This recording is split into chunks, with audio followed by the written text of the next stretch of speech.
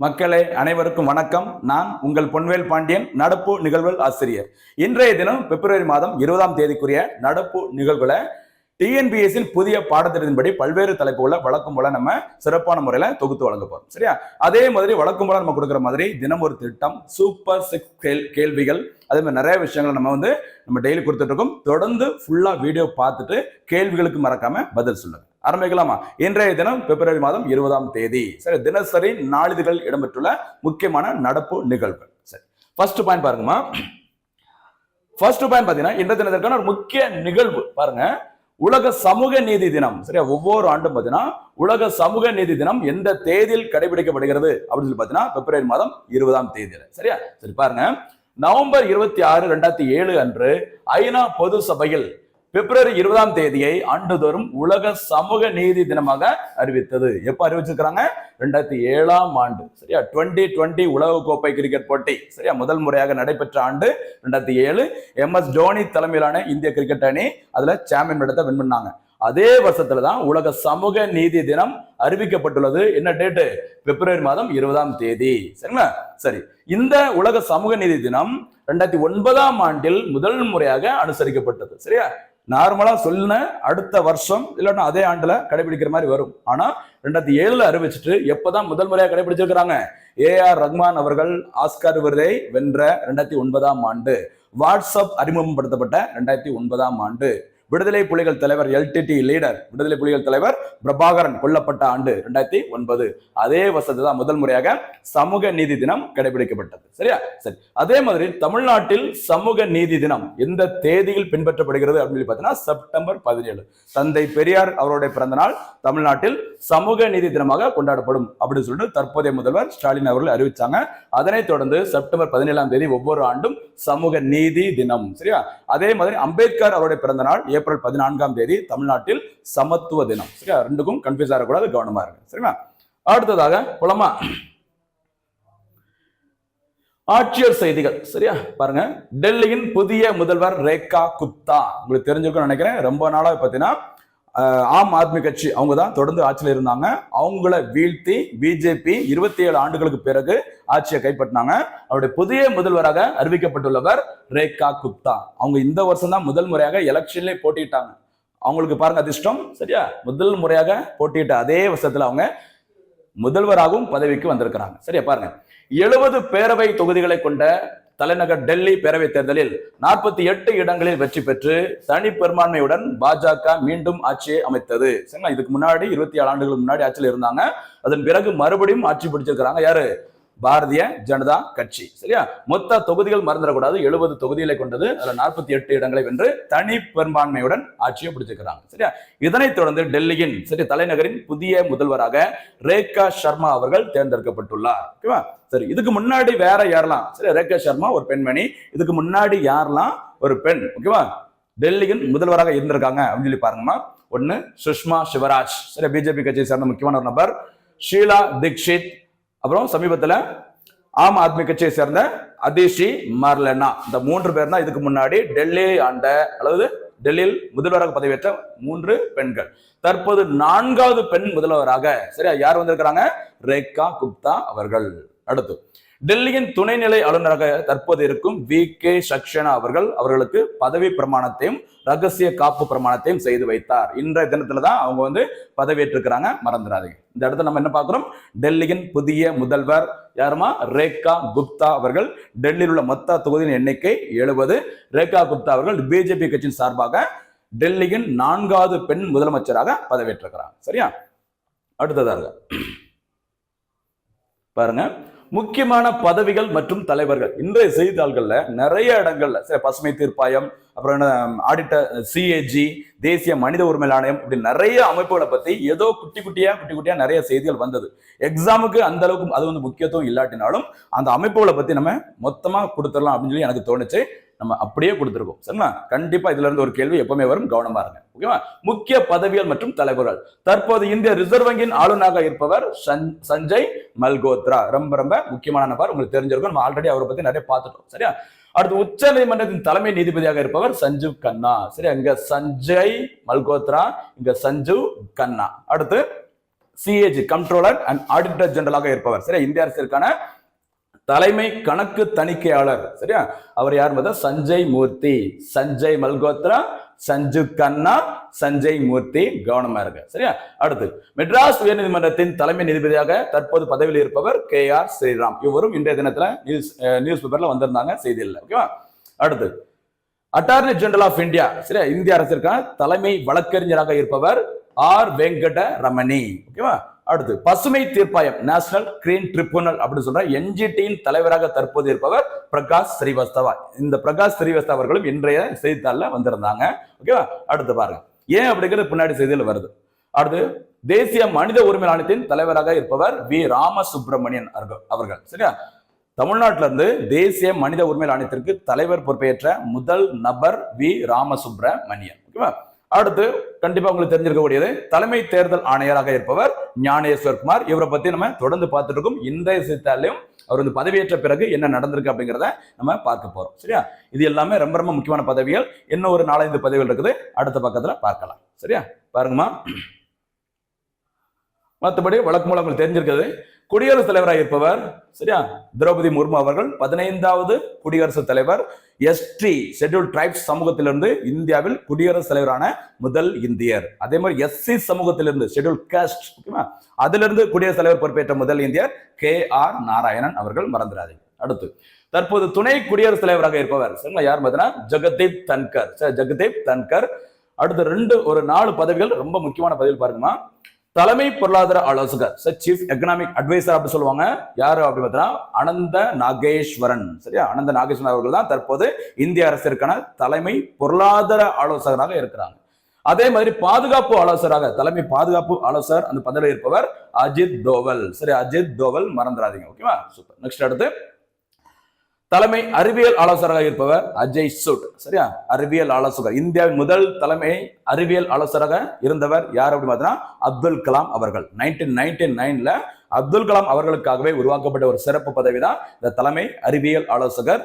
சரிங்களா, 1999ல அந்த பதவியை வைத்தவர் அப்துல் கலாம் அவர்கள். அவருக்கு அடுத்து இப்போ சமீபத்துல அஜய் சூட் என்பவர் தான் தற்போது தலைமை அறிவியல் ஆலோசகராக இருக்கிறாங்க.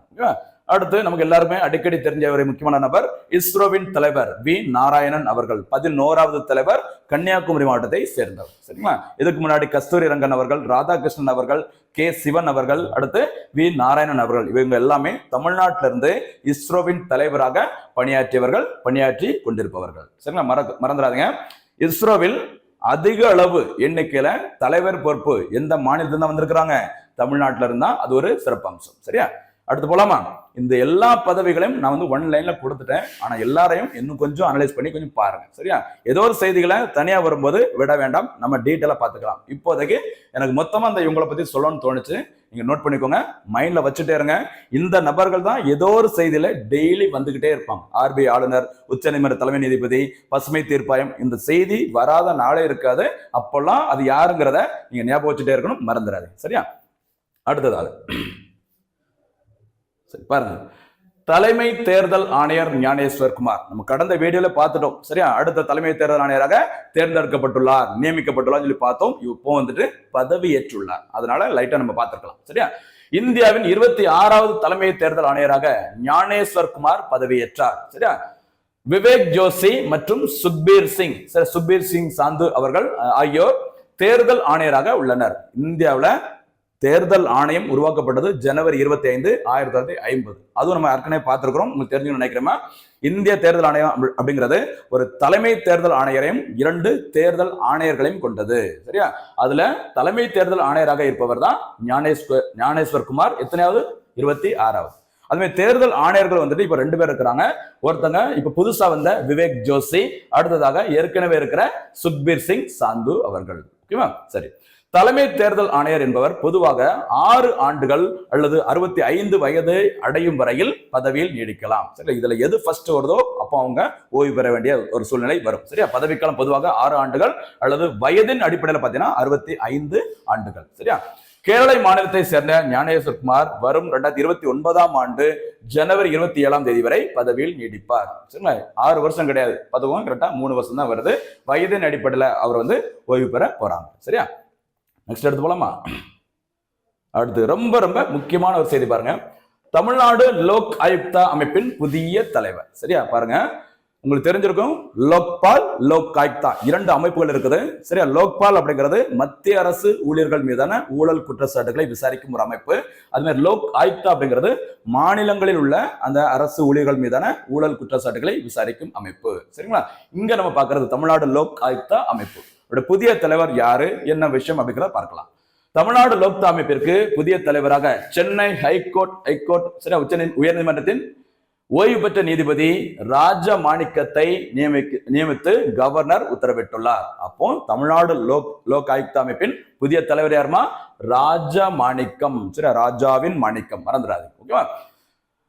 இது தவிர மாவட்ட நுகர்வோர் குறைதீர்ப்பு கமிஷனின் தலைவர் ராமராஜ் மற்றும் வருமான வரிகள் மேல்முறையீட்டு தீர்ப்பாயத்தின் முன்னாள் உறுப்பினர் ஆறுமுக மோகன் அலங்காமணி ஆகியோர் நீதி சாராத உறுப்பினர்களாக நியமிக்கப்பட்டுள்ளனர். சரியா, நீதி சார்ந்தவங்க ரெண்டு பேரும் நீதி சரிங்களா ஏதோ நீதிமன்றத்துடன் தொடர்பு இல்லாத ஒரு இரண்டு நபர்களும் உறுப்பினர்களாக இருப்பாங்க. சரியா, அந்த வகையில் தான் ராமராஜ் அவர்களும் ஆறுமுக மோகன் அவர்களும் சரிங்களா பாத்தீங்கன்னா நீதி சாராத உறுப்பினர்களாக நியமனம் செய்யப்பட்டிருக்கிறாங்க. எங்க?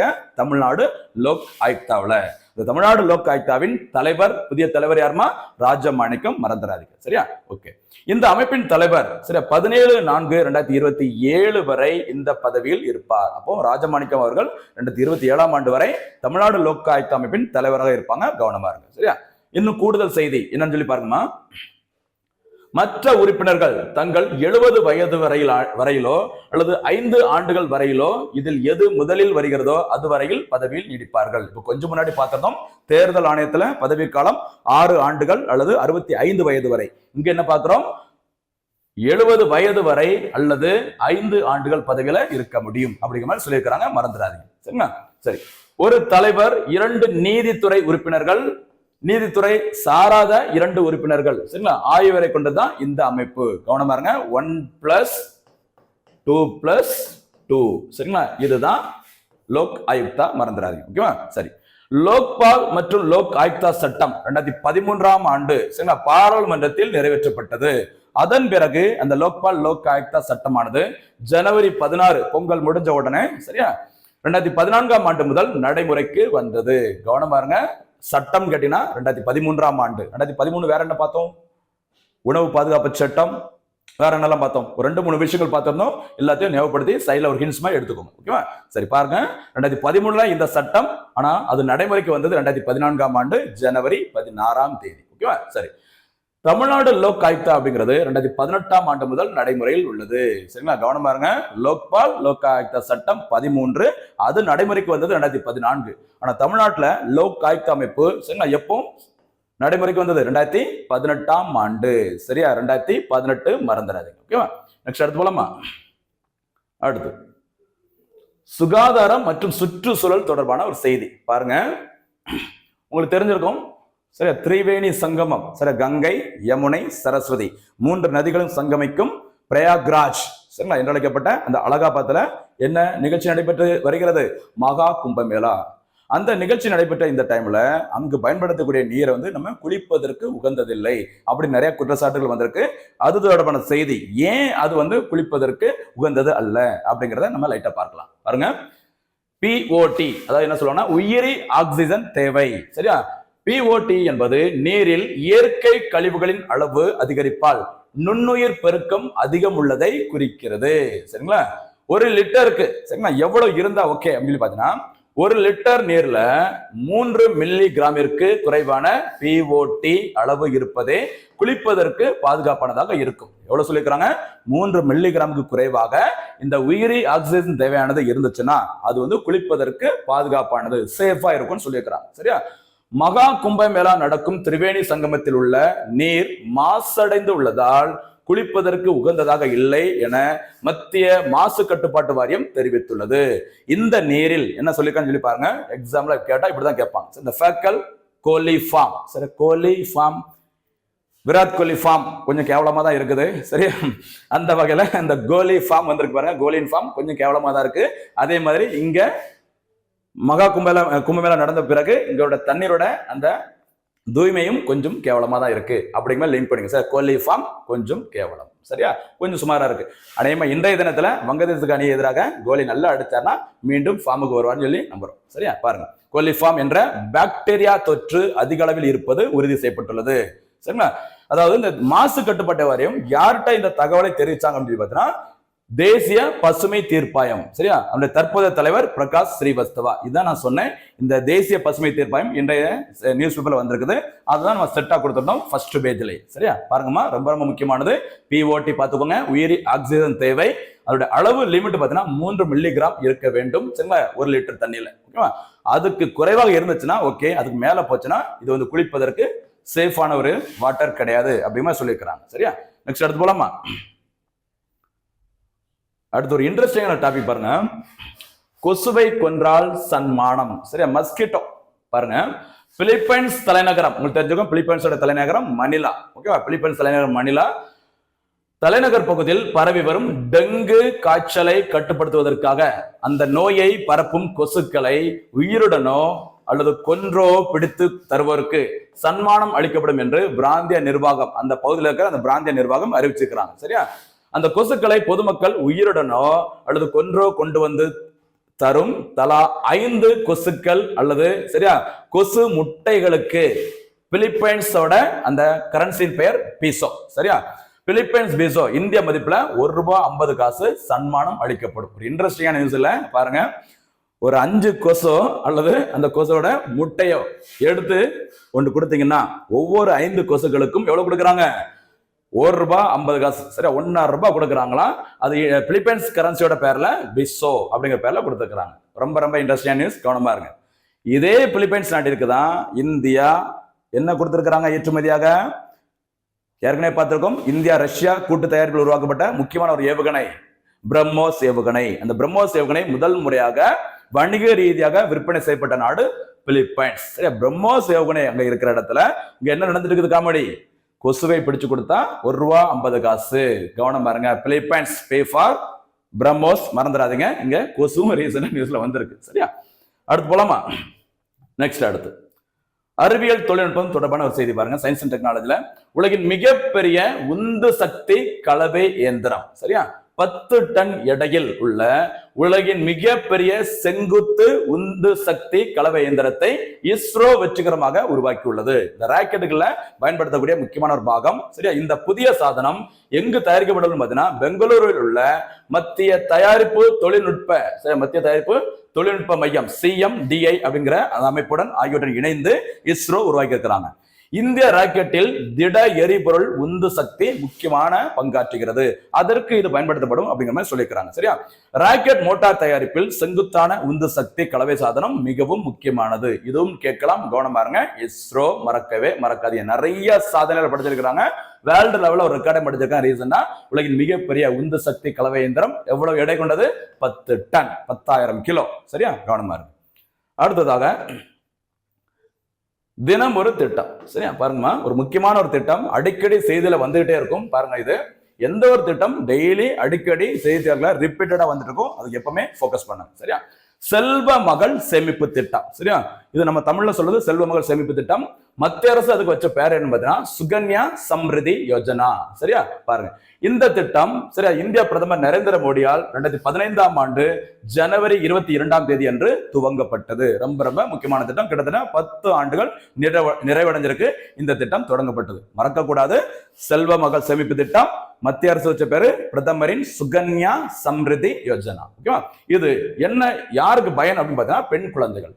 இது பெண் குழந்தைகளின் உயர்கல்வி, திருமணம் போன்ற எதிர்கால திட்டங்களுக்கான ஒரு சேமிப்பு திட்டமாகும். சரிங்களா, இந்த திட்டத்தின்படி 10 வயதிற்குட்பட்ட, இதான் நோட் பண்ணக்கூடியது, 10 வயதுக்குட்பட்ட பெண் குழந்தைகள் பெயரில் அவர்களது பெற்றோரோ அல்லது அவருடைய பாதுகாப்பாளரோ குறைந்தபட்சமான தொகையாக ₹1000 செலுத்தி அஞ்சலகங்களில் அல்லது வங்கிகளில் கணக்கை தொடங்கலாம். சரிங்களா, எத்தனை வயசுக்குள்ளமா?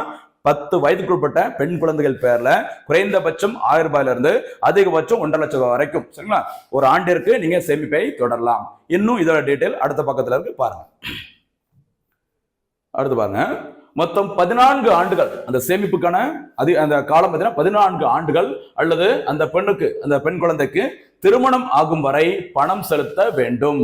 ஒரு நிதியாண்டில் ஒரு பினான்சியல் இயர்ல குறைந்தபட்சம் ரூபாய் 1000 ரூபாயிலிருந்து அதிகபட்சமாக 1,50,000 ரூபாய் வரை வைப்பு தொகையாக செலுத்தலாம். இதற்காக வழங்கப்படும் வட்டி பார்த்தீங்கன்னா 8.2% வழங்கப்படுகிறது. சரிங்களா? இக்கணக்கில் ஒரு நிதியாண்டில் செலுத்தப்படும் தொகைக்கு வருமான வரி விலக்கும் அளிக்கப்படுகிறது. சரி, அந்த டாக்ஸ் இன்கம் டாக்ஸ்ல இருந்து எக்ஸம்ஷன் கொடுக்குறாங்க, கவனமா இருங்க.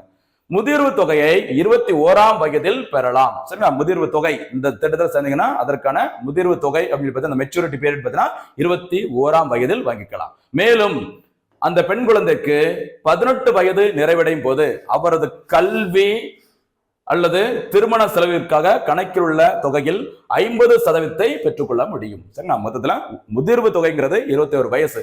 ஆனா சப்போஸ் அவங்களுக்கு முன்கூட்டியே பணம் தேவைப்படுதுன்னா இந்த 18 வயசு கம்ப்ளீட் ஆகும்போது அவங்களுடைய உயர்கல்விக்கோ அல்லது திருமணத்திற்கோ எவ்வளவு தொகையை பயன்படுத்திக்கலாம்?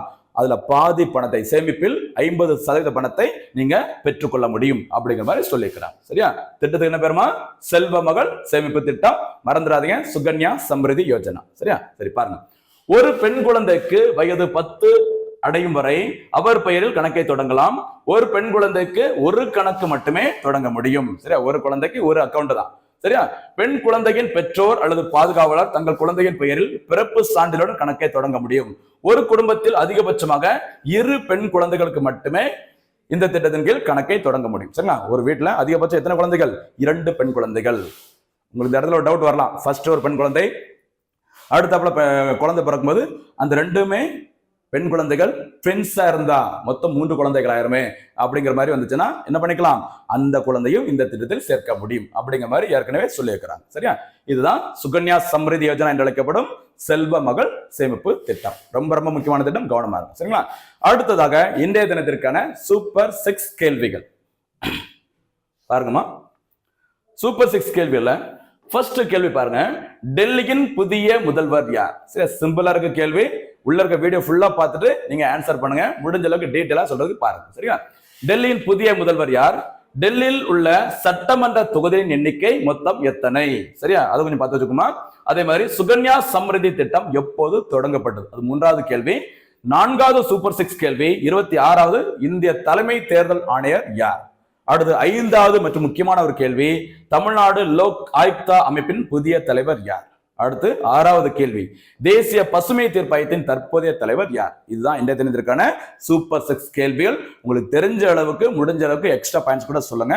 சரிங்களா? அப்பதான் நமக்கு உங்களுக்கும் ஒரு பிராக்டிஸா இருக்கும். தேர்வு நேரத்துல எல்லாமே ஈஸியா ஞாபகம் வந்துகிட்டே இருக்கும். சரிங்களா? நல்லா பயன்படுத்திக்கோங்க. ஏன்னா நம்ம அவ்வளவுக்குள்ள எஃபோர்ட் போட்டுட்டு இருக்கோம். நிறைய பேர் என்கரேஜ் பண்ற மாதிரி சில பதில்கள் சொல்றீங்க.